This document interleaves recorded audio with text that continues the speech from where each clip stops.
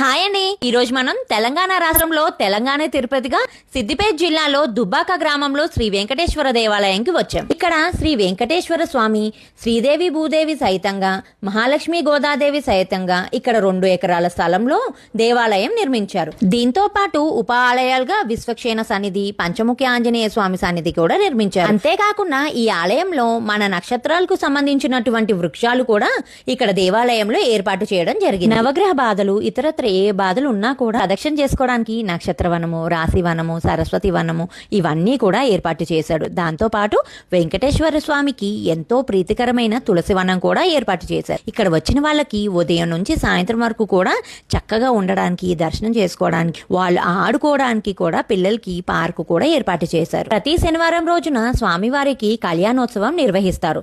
ఇక్కడ ప్రత్యేకత ఏంటంటే భక్తుల చేతుల మీదుగా నీటిని వదులుతూ కన్యాదానం ఇక్కడ చేయిస్తూ ఉంటారు.